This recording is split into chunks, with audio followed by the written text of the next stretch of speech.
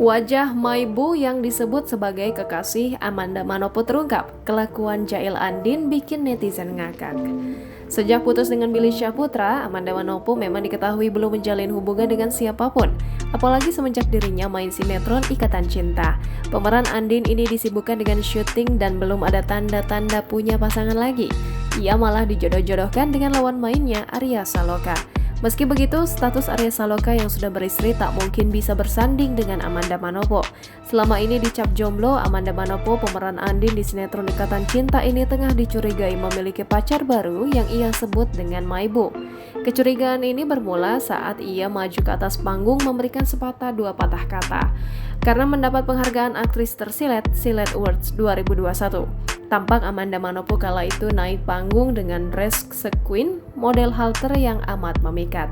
Di atas panggung, Amanda Manopo mengucapkan terima kasih kepada orang-orang terdekatnya.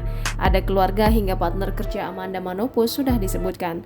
Tak berhenti di situ, rupanya Amanda Manopo berterima kasih kepada sosok yang diduga kekasihnya.